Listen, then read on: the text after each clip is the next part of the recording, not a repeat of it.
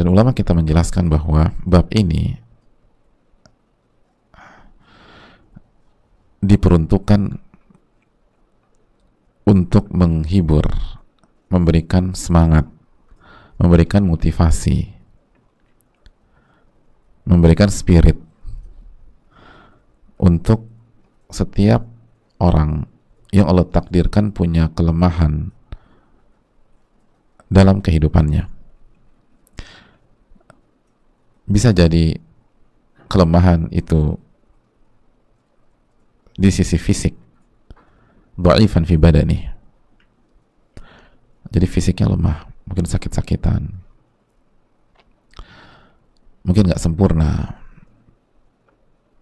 disable,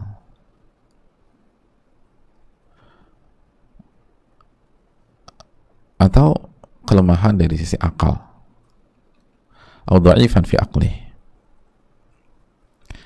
Jadi lemahnya itu dari sisi akal, kata para. Jadi ini masuk ke dalam hadis ini atau bab ini. Au dha'ifan fi malihi. Atau ia lemah dari sisi harta. Orang miskin. Makanya fuqara, keutamaan orang-orang fakir. Au dha'ifan fi jahihi. Atau lemah dari sisi kedudukan dan status sosial.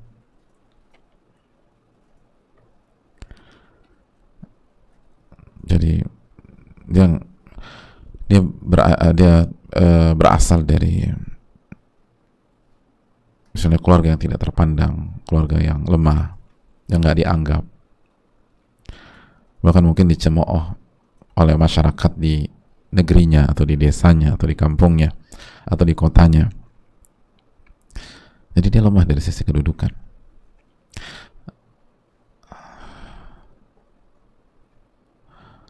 Atau kelemahan-kelemahan yang dipandang oleh masyarakat selain yang tadi kita sebutkan. Pokoknya semua kelemahan. Nah, bab ini diperuntukkan untuk mereka. Semua kelemahan. Ada yang nggak pintar, nggak cerdas, artinya kecerdasan sangat di bawah rata-rata. Lemah akal, lemah harta, lemah kedudukan, lemah badan. Semua orang-orang lemah. Semua orang-orang lemah. Dan menariknya kata para ulama,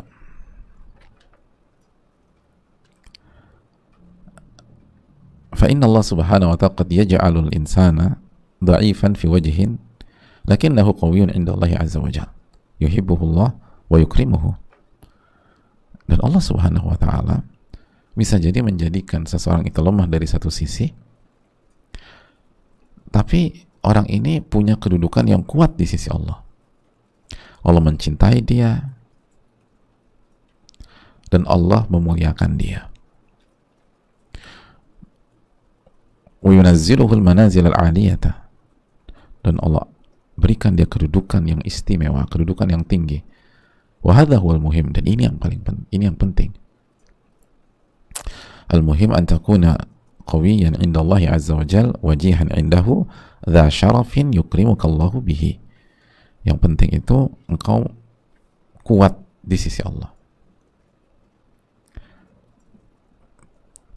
punya kedudukan terpandang di sisi Allah, wajihan terpandang di sisi Allah, dan punya kedudukan yang mulia yang Allah muliakan.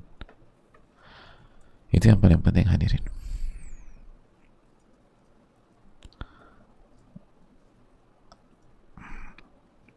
Dan inilah ingin diangkat di dalam bab ini.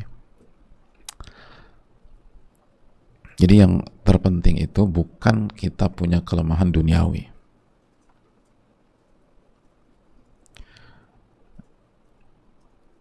Apa yang terpenting? Bukan punya kekuatan duniawi maksudnya. Kok kelemahan duniawi? Yang terpenting itu bukan kita punya keunggulan duniawi semata, bukan. Atau kita punya fasilitas yang sempurna secara duniawi. Oh, dia mah sempurna lah, semuanya ada. Kaya, dia keluarga terhormat, fisik keren, atau dia cantik, terpandang, networknya luas, dipuja oleh banyak orang. Tapi kalau dia hubungannya buruk dengan Allah, nggak sholat, nggak beribadah, bukan itu poinnya kata para ulama. Yang terpenting itu Anda punya kekuatan di sisi Allah. Engkau terpandang di sisi Allah. Engkau punya kedudukan di sisi Allah. Walaupun kita lemah secara dunia. Mungkin kita miskin. Kita nggak punya apa-apa. Mungkin fisik kita nggak sempurna. Mungkin ada yang bully kita bahwa kita cacat. Mungkin paras kita, wajah kita nggak cantik. Atau kita nggak tampan.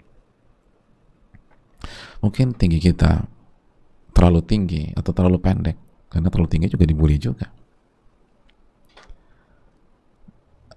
Mungkin untuk makan sehari-hari aja susah, dan nggak ada yang anggap kita sama sekali. Bahkan asal usul kita suka dibully.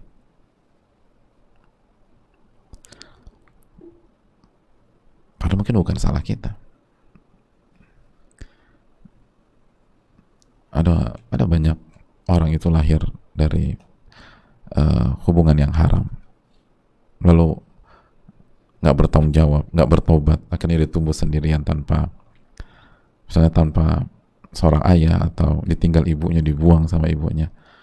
Ada banyak hal yang membuat kita itu terlihat lemah di kehidupan dunia.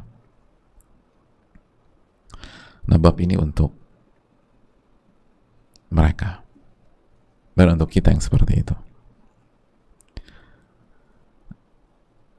Dan yang terpenting adalah kuat di sisi Allah. Itu yang paling penting. Yang terpenting punya kedudukan di sisi Allah. Mulia di sisi Allah, itu yang paling penting.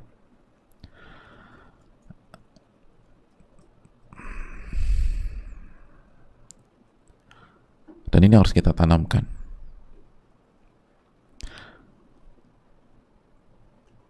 Kepada diri kita. Maksudnya kalau kita merasa, aduh aku nih punya kekurangan, aku nih enggak. Apalagi kalau kita punya trauma masa kecil, atau trauma dibully gara-gara itu.